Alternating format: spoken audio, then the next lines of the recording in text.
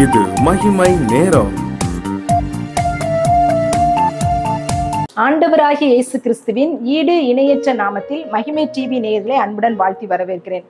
இந்த வறண்ட நிலத்தில் வசந்தம் அப்படின்ற தொடரின் கீழாக மீண்டுமாக உங்களை சந்திப்பதுல மிகுந்த சந்தோஷம். அநேக நேரத்துல நம்ம தனிமையில வாடும்போது நமக்கு மிகவும் அது ஒரு வனாந்திரமான சூழ்நிலை போல நம்மை காணப்படும். நம்ம தனிமைப்படுத்தப்பட்டுட்டோம் அப்படின்னு சொல்லி நம்ம ரொம்ப சோர்ந்து போகிறவர்களாய் காணப்படுவோம். எனக்கு உதவி செய்ய யாருமே இல்லை, நான் தனியாளா நின்று எல்லா காரியத்தையும் செய்ய வேண்டியதா இருக்கிறதே அப்படின்னு சொல்லி ஏங்கி கொண்டிருக்கிற சூழ்நிலையில காணப்படுவோம். நம்ம இந்த வறண்ட நிலத்துல வசந்தம் அப்படின்ற தொடர்ல ஆகாரை குறித்து நம்ம தியானித்தோம், மோசையை குறித்து தியானித்தோம், எலியாவை குறித்து தியானித்தோம். இன்னைக்கு ஒரு முக்கியமான ஒரு நபரை குறித்து நம்ம தியானிக்க போகிறோம். தாவீது கோலியாத்தை வென்றவரார் காணப்பட்டார். அப்படிப்பட்ட ஒரு வல்லமையான ஒரு இந்த தாவீது குகைகளுக்குள்ள தனிமையை அனுபவிக்கிறவராய் காணப்படுகிறார். நம்ம ஏசாயா 41:3-19 நான் வனாந்தரத்திலே வழியையும் அவாந்திர வெளியிலே ஆறுகளையும் உண்டாக்குவேன் அப்படின்னு சொல்றாரு. தனிமையான ஒரு சூழ்நிலையில இந்த தாவீது கடந்து செல்கிறாரு. ஒருவேளை இந்த சூழ்நிலை போல நம்முடைய வாழ்விலும் நாம் தனிமையாய், புறக்கணிக்கப்பட்டவர்களாய், தள்ளப்பட்டவர்களாய், ஒருவேளை நம்ம நடந்து செல்லும் போது, அதை கடந்து செல்லும் போது நம்ம என்ன நினைப்போம், இது நமக்கு ஒரு பெரிய தண்டனையாய் காணப்படுகிறது அப்படின்னு சொல்லி நம்ம அங்கலாய்க்கிறவர்களாய் நம்ம காணப்படுவோம். ஆனா இந்த தாவீதின் வாழ்க்கையிலிருந்து நம்ம கற்றுக்கொள்கிறதான காரியம் என்ன அப்படின்னா, தனிமை அப்படின்றது ஒரு தண்டனை அல்ல, அது ஒரு தயாரிப்பு காலமாய் காணப்படுகிறது. இந்த வனாந்திரமான சூழ்நிலையில நான் தனியா ஓடிக்கொண்டிருக்கிறேன், நான் தனியா என்னுடைய வாழ்க்கையை ஓட்டி கொண்டிருக்கிறேன், எனக்கு உதவி செய்வதற்கு யாருமே இல்லை. ஆனா சில நேரங்கள்ல கூட்டமா நம்ம இருக்கிறோம், ஆனா யாருமே நமக்கு உதவி செய்யல, தனிமையா உணர்றோம். அப்படிப்பட்ட சூழ்நிலை உங்களுடைய ஆசீர்வாதத்துக்கான தயாரிப்பு காலமாய் இருக்கிறது. தாவீது இந்த அதுல்லாம் குகைக்குள்ள இருந்து அநேக உன்னதமான சங்கீதங்களை எழுதுகிறார். ஒருவேளை இந்த கூட்டமான சூழ்நிலைகள்ல நம்ம இருக்கிறோம் அப்படின்னா ஆண்டவருடைய தெய்வீக சத்தத்தை நம்ம அநேக நேரங்களில கேட்க முடியாது. நம்ம தனிமையா இருக்கிறோம் அப்படின்னா ஆண்டவருடைய சத்தத்தை நம்ம தெளிவாக உணர முடியும். இப்படிப்பட்ட ஆண்டவருடைய சத்தத்தை கேட்கணும் அப்படின்ற காரணத்துக்காகவே ஆண்டவர் உங்களை அந்த வனாந்தரமான சூழ்நிலைக்கு நேராக கொண்டு வந்து வச்சிருக்கிறாரு. இந்த வனாந்தரமான சூழ்நிலை என்னைக்கு மாறும் அப்படின்னு ஒருவேளை நீங்க நினைச்சிட்டு இருக்கலாம். இந்த வனாந்தரமான சூழ்நிலை ஒரு சேஃப்டியான பிளேஸா, ஆண்டவருடைய கரத்துக்குள்ள நீங்க இருக்கிறீங்க. ஒருவேளை ஆண்டவர் என்கிட்ட பேசுறாரா எனக்கு தெரியலையே, நான் அதை உணரலையே அப்படின்னு நீங்க ஒருவேளை நினைக்கலாம். ஆனா அந்த சூழ்நிலைகள்ல ஆண்டவர் உங்களை என்ன செய்யற அவருடைய கரத்துக்குள்ள பொதிந்து வைத்து பாதுகாக்கிற தேவனா இருக்கிறாரு. அது ஒரு சேஃப்டியான பிளேஸாக உங்களுக்கு இருக்கிறது. யாருமே இல்லை அப்படின்னு ஒருவேளை நீங்க சொல்லலாம், இவங்களுக்கு உதவ யாரும் இல்லை அப்படின்னு மற்றவங்க சொல்லலாம். ஆனா உன்னதமான தேவன் உங்களோடு இருக்கிறாரு. தனிமை அப்படின்றது ஒரு தண்டனை அல்ல, அது ஒரு தயாரிப்பு காலமாய் காணப்படுகிறது.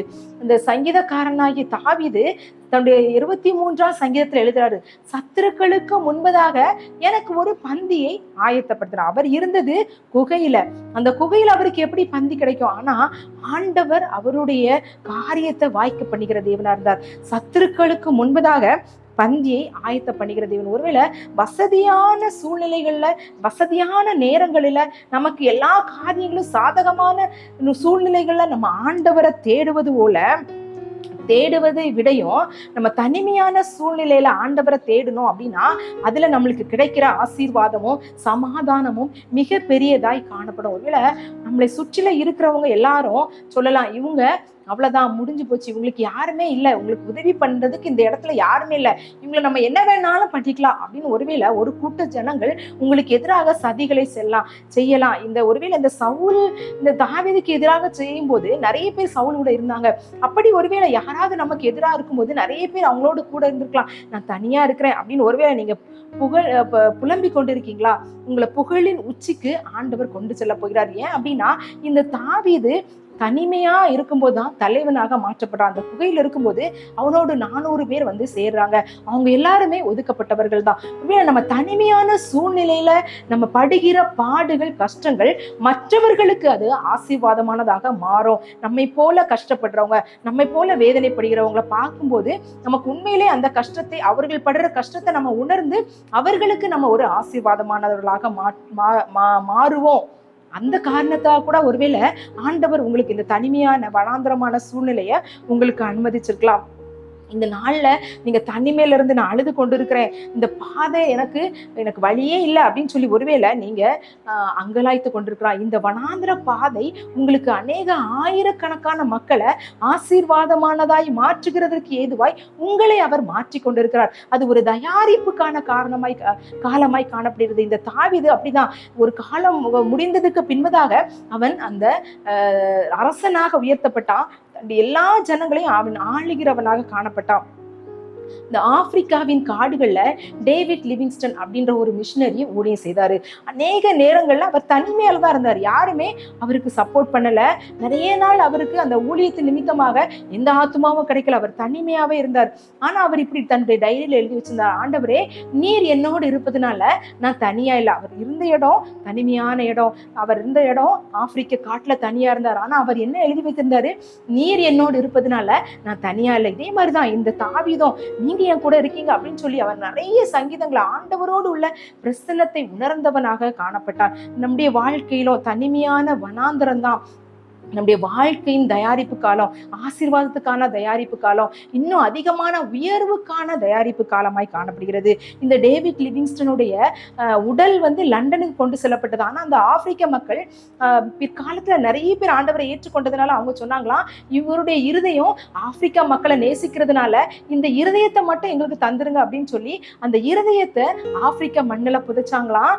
லண்டனுக்கு அவருடைய உடல் எடுத்து செல்லப்பட்டதாம். இதே போல உங்களுக்கு அநேகருக்கு ஆசீர்வாதம் மாணவர்களாய், அநேகரை வழி நடத்துகிறவர்களாய், அநேகருக்கு கொடுக்கிறவர்களாய், ஒருவேளை எனக்கு இப்ப என்கிட்ட இல்லை அப்படின்னு நினைக்கிறீங்களா, அநேகருக்கு கொடுக்கிறவர்களாய் உங்களை ஆண்டவர் ஆசீர்வதிப்பார்.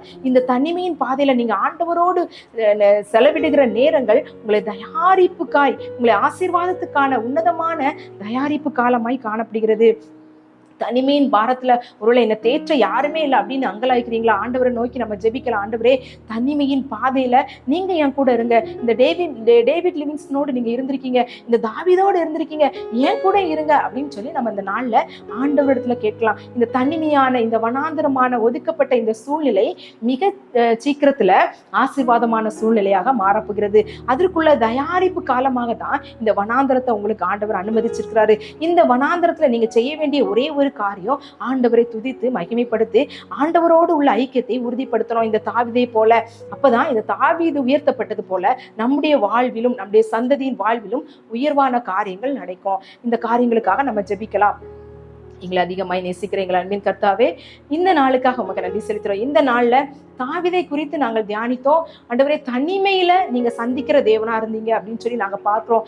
எங்களுடைய வாழ்விலும் அநேக நேரங்களில நாங்க தனிமையை உணர்கிறோம். ஒருவேளை கூட்டத்தோடு நாங்க இருந்தாலும், எங்களை சுற்றி அநேகர் இருந்தாலும், நாங்க தனிமைப்படுத்தப்பட்டவர்கள் போல, நாங்கள் தனியாக இருக்கிறவர்கள் போல, எங்களுக்கு உதவி செய்வதற்கு யாருமே இல்லாதவர்கள் போல நாங்க உணர்ந்து கொண்டிருக்கிறோம். நாங்க அப்படிதான் எங்க சூழ்நிலைகளை நாங்கள் கடந்து இந்த வனாந்திரத்தை போன்று நாங்க வாழ்ந்து கொண்டிருக்கிறோம். தகப்பனே, இந்த வனாந்திரத்துல நீர் எங்களுக்கு வசந்தத்தை வைத்திருக்கீங்க. எங்களுடைய எதிர்காலத்துல நீங்க ஆசீர்வதிக்க ஆண்டவரே, இதை எங்களுக்கு இந்த தனிமையை எங்களுக்கு ஆண்டவரே ஒரு தயாரிப்பு காலமாய் வைத்திருக்கீங்க அப்படின்னு எங்களோடு நீங்க பேசுனீங்க. இந்த தயாரிப்பு காலத்துல நாங்க உம்மோடு உள்ள ஐக்கியத்தை நாங்கள் இன்னும் அதிகமாய் புதுப்பித்துக் கொள்ள ஆண்டவரே, நாங்கள் உம்மோடு உறவாட, உம்மை துதிக்க, உம்மை மகிமைப்படுத்த இந்த தாவீதை போல ஆண்டவரே நீங்க எங்கோடு இருக்கீங்க அப்படின்னு சொல்லி ஆண்டவரே நாங்கள் உம்மில் மகிழ்ந்து களி கூற எங்களுக்கு உதவி செய்யுங்க. அதன் மூலமாய் எங்களுடைய வாழ்க்கையில, எங்களுடைய எதிர்காலத்துல, எங்களுடைய குடும்பத்துல, எங்களுடைய சந்ததியில மிகப்பெரிய ஆசீர்வாதத்தை நீங்க வைத்திருக்கிறீங்க. ஆசீர்வாதத்தை எங்களுக்கு மாத்திரம் இல்ல, எங்கள் மூலமாக மற்றவர்களும் ஆசீர்வதிக்கப்படும்படியான காரியங்களை எங்களுக்குள்ள நீங்க வைத்திருக்கிறீங்க. அதுக்காக ஸ்தோத்திரம். அந்த காலங்களை எங்களுக்கு நீர் சீக்கிரமாய் தரப்போகிறதற்காக, இந்த வறண்ட நிலத்துல எங்களுக்கு நீர் சீக்கிரமாய் வசந்தத்தை தரப்போறதற்காக உமக்கு நன்றி செலுத்துகிறோம். துதி கன மகிமை எல்லாவற்றையும் உமக்கு மாத்திரம் செலுத்துகிறேன். நீர் பெருக நாங்கள் சிறுக. இயேசுவின் மூலம் ஜெபம் கேளும் நல்ல பிதாவே, ஆமேன். ஒருவேளை நீங்க தனிமையா உணர்ந்தீங்கன்னா, இந்த தாவீதை போல ஆண்டவரோடு உறவாடும் போது உங்களுக்கு ஆண்டவர் அருகில் இருக்கிறவராய் காணப்படுகிறார். இன்னும் ஒரு வனாந்தர சந்திப்பை குறித்து நாளைக்கு நம்ம பார்க்கலாம். கர்த்தர் தாமே உங்களை ஆசீர்வதிப்பாராக.